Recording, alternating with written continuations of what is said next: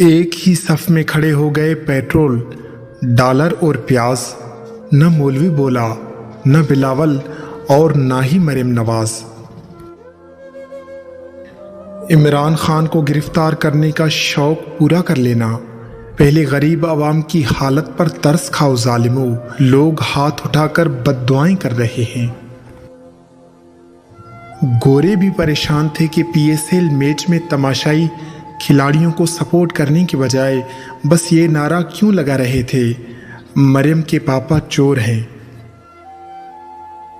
جتنی مالیت کے بھارتی آرمی چیف کے کل اثاثے ہیں، اتنی مالیت کے تو ہمارے جوان کی صرف ایک پیزا شاپ ہے۔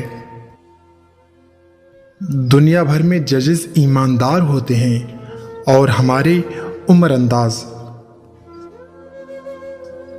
باقی دنیا میں جسے سیکیورٹی کی ناکامی کہتے ہیں، ہمارے ہاں اسے قربانی اور شہادت کہا جاتا ہے۔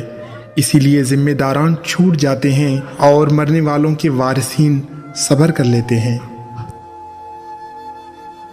گرفتاریوں کی اطلاعات ایسے آ رہی ہیں جیسے الیکشن کے نتائج، کبھی اس حلقے سے کبھی اس حلقے سے، لیکن ابھی تک کسی دہشت گرد کے پکڑے جانے کی کوئی اطلاع نہیں۔ دہشت گردی کے پیچھے اصل کرداروں کو جاننا ہو تو بس یہ دیکھ لیں کہ کس نے اے پی ایس ظلم کی تحقیقات نہیں ہونے دی۔ یہ سب تمہارا کرم ہے ضیاء الحق کہ گند اب تک مچا ہوا ہے۔ اسحاق صاحب کا آئی ایم ایف سے نیا معاہدہ، اب قرضہ اللہ جی واپس کریں گے۔ دروازہ عدالت کا ہو یا خانہ کعبہ کا، صرف طاقتور کے لیے ہی کھلتا ہے، غریب کے نصیب میں تو صرف چکر ہی آتے ہیں۔